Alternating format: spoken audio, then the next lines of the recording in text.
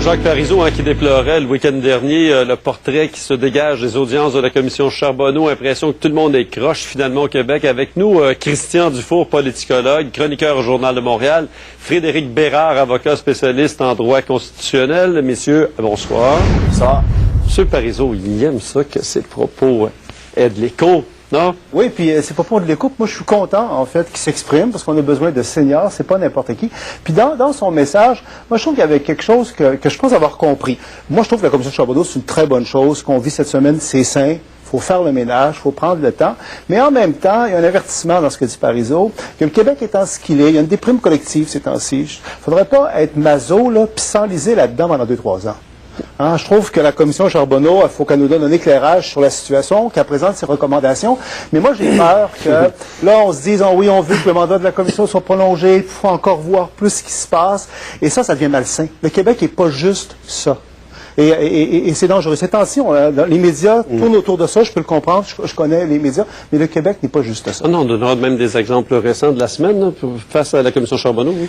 Je suis assez d'accord avec Christian, mais je varie d'opinion sur un point. Moi, j'ai deux profs, là, je te dis que ça peut varier d'opinion un petit peu. J'étais en désaccord avec la façon dont se déroule la commission depuis le début. Je suis d'accord sur le fond, il y a un ménage à faire, il faut mettre un peu de peroxyde là, sur la plaie, là, de toute évidence.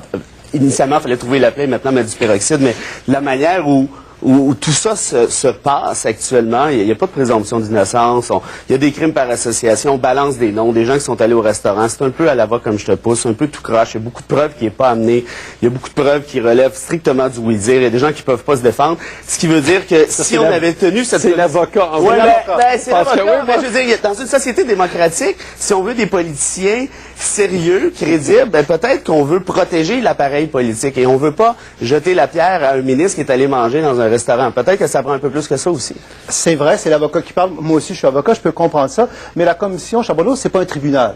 On s'entend là-dessus. Il y a les tribunaux qui ont leur travail à faire, puis il y a quand même l'UPAC qui s'est manifesté cette semaine. On fait pas d'omelette sans casser des œufs. C'est dommage. Ce genre d'opération-là, c'est sûr que ça peut éclabousser certaines personnes. C'est pour ça que l'avertissement de Parizeau est important. Faudrait pas qu'on sombre dans une culture du suspect. C'est ça qui m'inquiète, moi. Tout le monde au Québec est devenu suspect.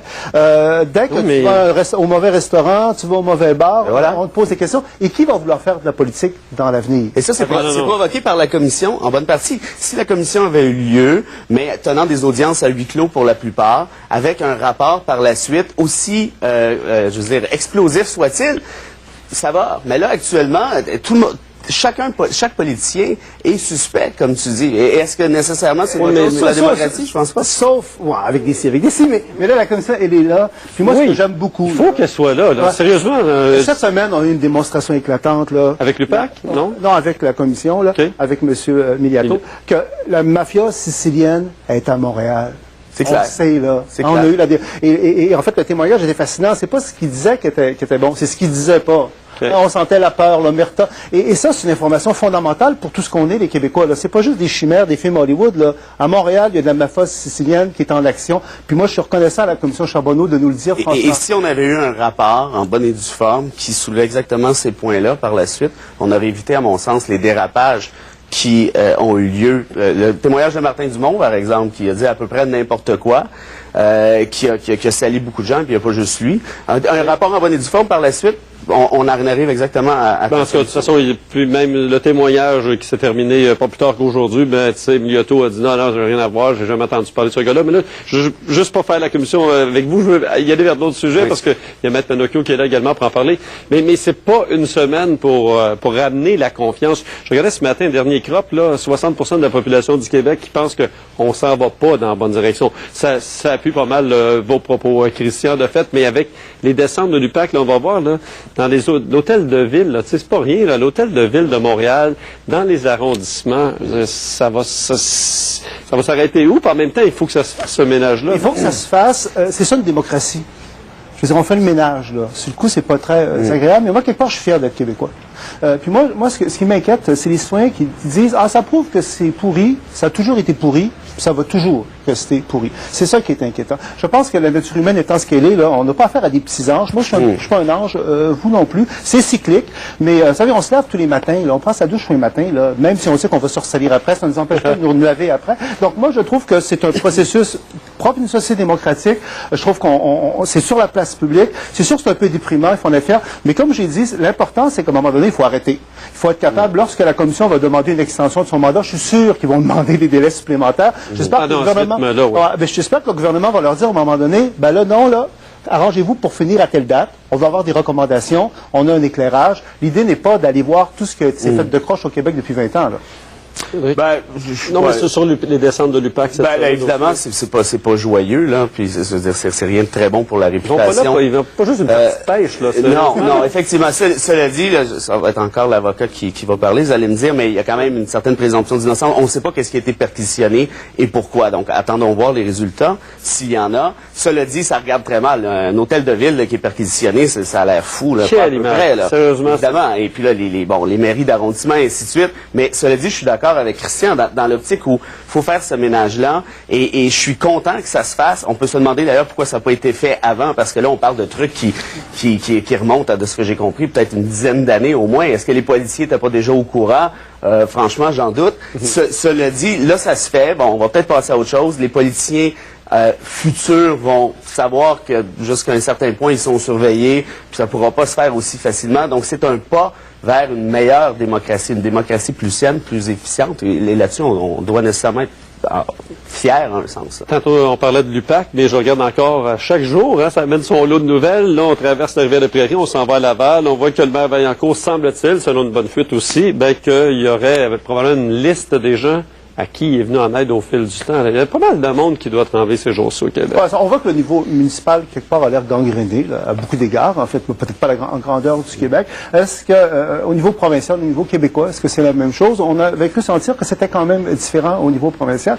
Il faut rappeler aussi que c'est pas tous les fonctionnaires qui sont corrompus, c'est pas tous les Québécois qui sont corrompus. C'est des choses élémentaires, là, mais il faut le dire. Et que de dire que le Québec est complètement corrompu, c'est très charrié, là. Il y a des sociétés incommensurablement plus corrompues que nous autres. On n'a pas à payer. Il faut relativiser.